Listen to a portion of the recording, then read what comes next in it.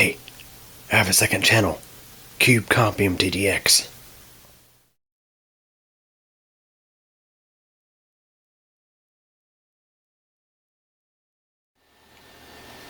Hey everybody, we're back with the Internet Explorer PC yet again. And things are a bit different this time. Has a little bit different stuff in it now. We got a Socket 939 based setup in here. N-Force 4 motherboard, or the N-Force 4 chipset. It's a WinFast NF4UK8AA motherboard. This is actually former Mid-Tower Lux Blackmax hardware. For those of you who aren't familiar with the Blackmax is my parents' computer. They've had since 2008. That was when I originally built it. This motherboard was put in, I want to say, in 2009. I had originally had a Pentium 4 set up in that machine, old Socket 478, and then I put this motherboard in. And I want to tell you guys a little funny story about this motherboard here. So this motherboard and Windows XP did not get along at all. I was like dumbfounded by it, because I did clean install after clean install after clean install, just trying to get things straightened out. Installed, I tried using the drivers from the included CD. I tried using drivers from various vendor websites, trying to get the most up-to-date drivers as I could. The ultimate solution to the problem was I upgraded the machine to Windows Vista back in the day. Yeah, I put Windows Vista on this thing, and it ran smooth as butter. Of course, Vista was a bit more sluggish than snappy old Windows XP, but the machine ran perfectly stable with it, and that was one of the crazy things about this motherboard. It was, again, this motherboard and XP, they didn't get along at all.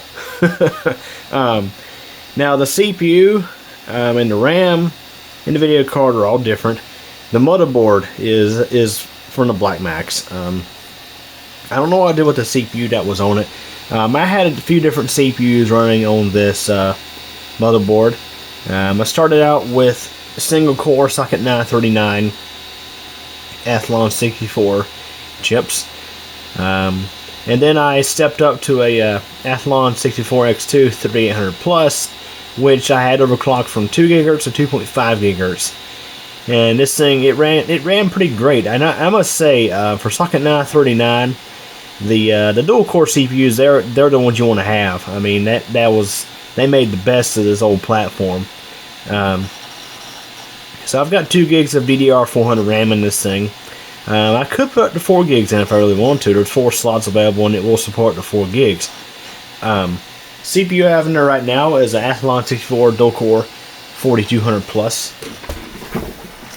Let me get you a little look here. So this computer's still running Windows 7. This is what was on the hard drive. It actually successfully booted up and loaded all the drivers.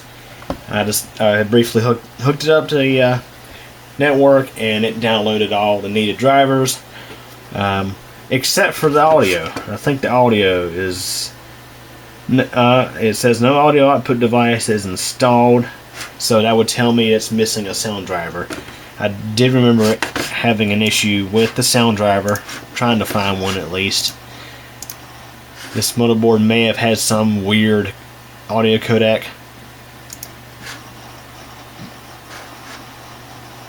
Hear that old Hitachi Death Star drive going. And there's some other device in there too. But one thing I'm going to be doing here in a moment is I'm going to try to install Windows 11 on this thing. Yep. I'm going to try to install Windows 11 on it. See if it goes or not. If it does, great. I could also use this old machine for a demonstration, because some of you were requesting after the botched attempt to in-place upgrade from Windows 7 to Windows 11 directly. Several of y'all suggested I'd actually try the method I had mentioned, going from Windows 7 to Windows 10, and then from Windows 10 to Windows 11. So, yeah, here's our graphics that we have on here. It's a GeForce 8400 GS PCI Express card. This is the one I had in my drawer over here. This thing, when I was in the Black Max, it was running a Radeon HD 2400 Pro PCIe card, which I think that card is actually currently installed on my neighbor's computer. And I might be doing some servicing on that machine soon. Probably just doing a flat-out replacement of it because it's a Pentium D. it's kind of dated. Here's our processor. It's an Athlon 64 X2 dual-core processor, 4200 plus, Manchester core. It's a 2.2 gigahertz CPU. Everything's running stock right now. There's your caches. Motherboard again. And there's our memory. It's dual channel. So yeah,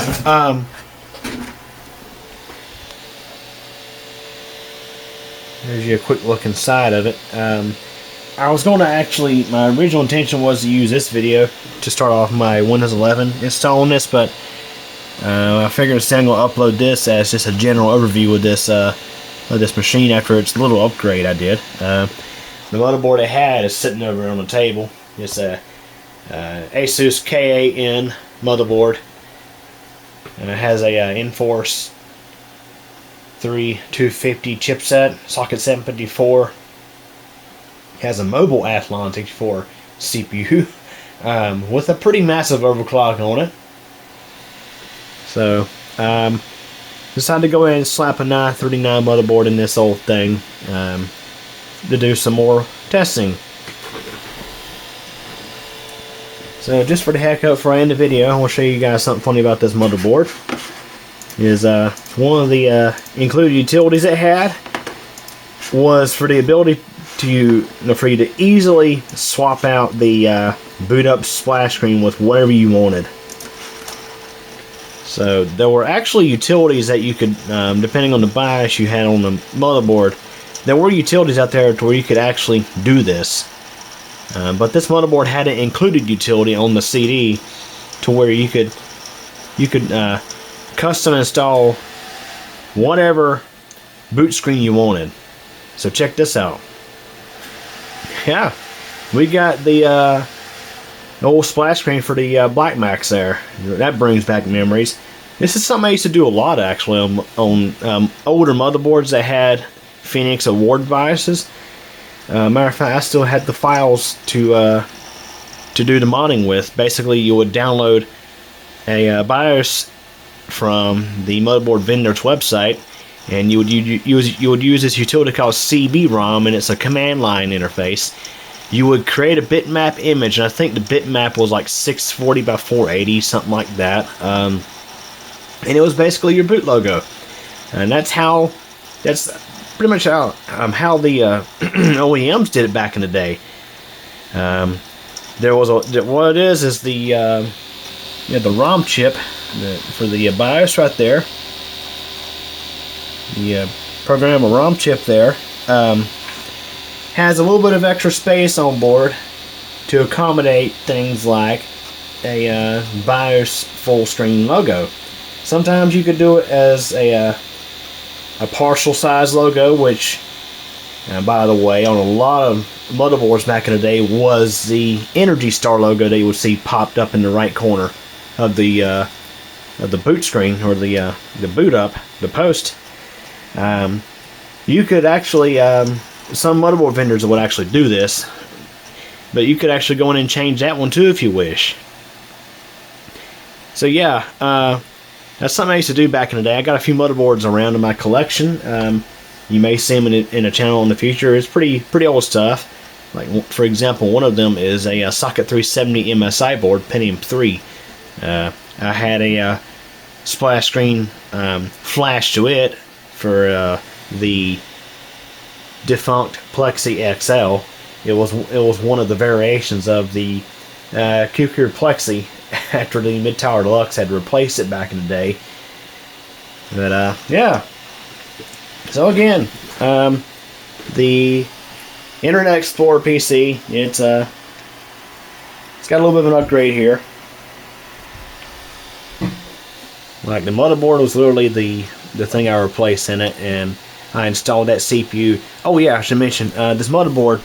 It had been in storage for years. I took this motherboard out of service in 2013, so it's been in storage for about 9 years, and it had some failed caps. The 3 capacitors up there were bad. Matter of fact, I think, yeah, I'm right here. Yeah, these caps. One of them was bulging. Kimicon KZG. It's a bad series.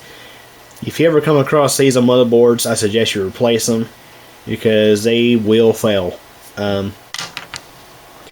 So I replaced all 3 of them with caps I had harvested from motherboards. I had 2 Panasonics there and a Rubicon there. That's what I had, with the same voltage and capacitance value. And luckily I was able to complete the repair successfully, and this motherboard continues to live on.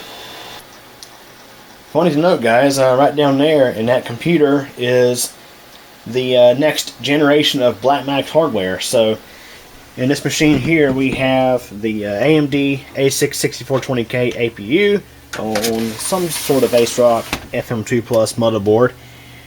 This was the hardware that replaced that in the Blackmax. So yeah, I got, you know, this Blackmax hardware there and that Blackmax hardware there. So yeah, this is the little machine I have Windows 11 installed on. And I'll tell you, the 6420K APU with an overclock from 4 gigahertz to I think 4.6 gigahertz, it runs Windows 11 beautifully. So yeah. So anyways, hope you all enjoyed this video. Thanks for watching. Well everybody, that wraps it up for this video, and I hope you enjoyed it. If you did, please like the video. Also, don't forget to subscribe to your channel, and be sure to tick that bell so you'll get notified when new videos are posted. Also, don't forget, I have a whole lot of other interesting videos here on the channel to check out. And also, in addition, I have a second channel, CubeCompMTDX, where I have all sorts of other videos not exactly related to technology. Links to the channels are available at the end of this video. Again, I thank you for your support, and thanks for watching this video.